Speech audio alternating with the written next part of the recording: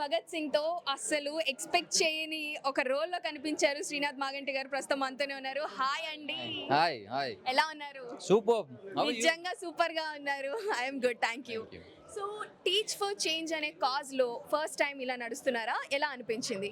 ఇది first time but Lakshmi మంచు గారి NGO and her initiative for education for under privilege kids and her goal to make sure that education is for everyone is very very very heart touching for me, and she's a very empathetic person.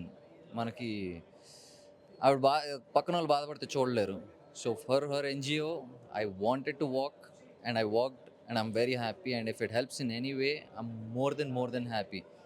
Yeah she's like you know ఎక్కడ చూసినా she's actress, ఒక family member. మొన్నే function చేశారు, ఇప్పుడు ఈ function చేసాం, full busy ఉంటారు. So I mean films కూడా చేస్తూ ఉంటారు.